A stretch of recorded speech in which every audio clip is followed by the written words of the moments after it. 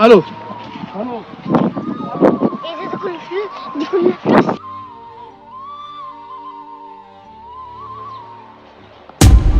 ايه يا رحمة كل الفلوس دي؟ لقيتهم في الشارع ولا نصيب؟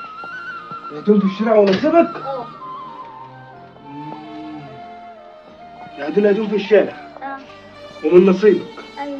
طب بمناسبة بقى ايه ان هم من نصيبك، انا عندي قصة كده اقولها لك. ماشي؟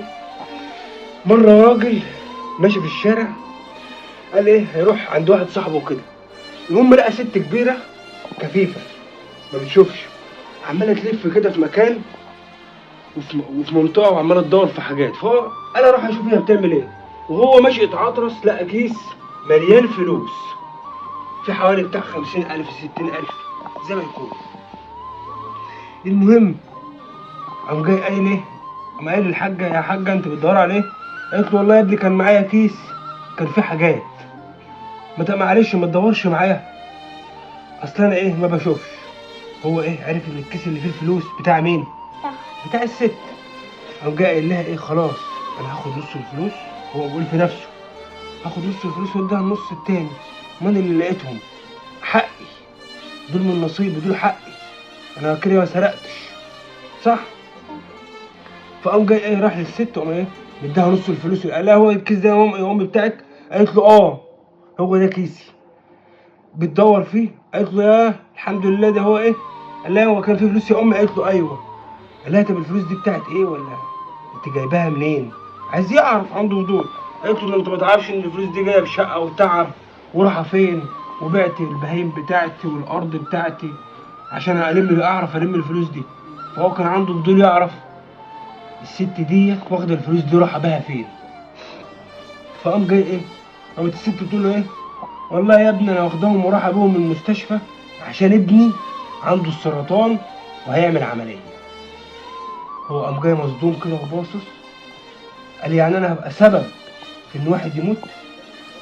ان المريض ده كان يموت لو هو خد نص الفلوس والفلوس مش بتاعته هو ما تعبش بيها، المريض ده كان هيموت صح؟ ايوه. فقام جاي قال لها ايه؟ طب استني كده يا امي اما اشوف حوالينا ممكن الاقي ايه فلوس واقعه عن الفلوس بتاع اللي كانت معاكي، وانا ايه هاجي معاك المستشفى واديكي. وحس بالذنب، قام جاي قام لافف وقام جاي على جنب وقام حاطط الفلوس اللي فاضله معاه، بقيت الفلوس حطها في قلب الكيس واداها للست. هل هو كده صح ولا غلط يا رحمه؟ صح. صح. يعني الفلوس دي مش بتاعتنا، اه. الفلوس دي انت لاقياها، فانت ممكن ما تعلميش صاحبها هيعمل بها ايه. ما يمكن يكون عنده حد عيان ممكن هيجيب هدوم العيد، فلما انت تاخدي الفلوس دي وتقولي من نصيبك يبقى انت كده سرقتيها، مش من نصيبك لان انت ما تعبتيش فيها صح؟ صح. فاحنا لازم ايه؟ وديها هو ده بقى الحرام اللي ما ينفعش نعمله، اللي احنا لو لقينا حاجه ما ناخدهاش نديها لاصحابها، وطبعا اكيد انت عارفه من صحابها مين. لا احنا نروح نوديهم له عشان الله اعلم بظروفه، ممكن يكون تعبان، ممكن عنده عيل من عياله تعبانين. طب انت ما جريتيش وراه واديتهم له ليه يا رحمه؟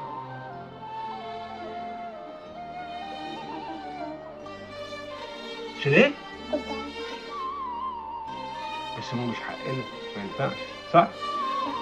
طب يلا بقى نروح نديهم له ونقول له رحمه العسل لقيتهم ولما عرفت ان هم بتوعك جبناهم لك.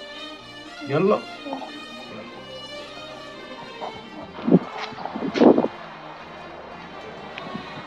السلام عليكم. عامل ايه؟ ايه يا عم مالك زعلان ليه كده؟ النهارده واحد اتصل بيا صاحبي، استعجلت قال لي الحقني مراتي في المستشفى، فجريت له وضاع مني فلوس. الفلوس دي انا كنت محتاجها دخلت عيد، وعندي العيال عايزه فلوس وعايزه لبس. لا حول ولا قوه الا بالله العلي العظيم. رحمه بنتي كانت رايحه تجيب لي حاجات في المحل وانت معدي بالصدفه كده الفلوس وقعت منك وانت كنت بالاماره بتتكلم في التليفون صح؟ بجد؟ اه. الله يخليك يا بنتي، الله يخليك. قلت اجي اجيبهم لك.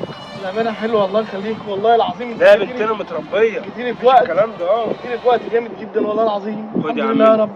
عد فلوسك وامن عليهم. لا يا ابا امان يابا، امان يابا، امان يابا الحمد اتاكد لله. برضه الحمد لله. بسم الله الرحمن الرحيم.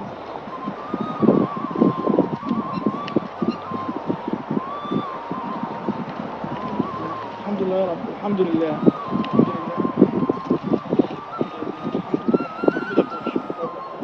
كله تمام اهو.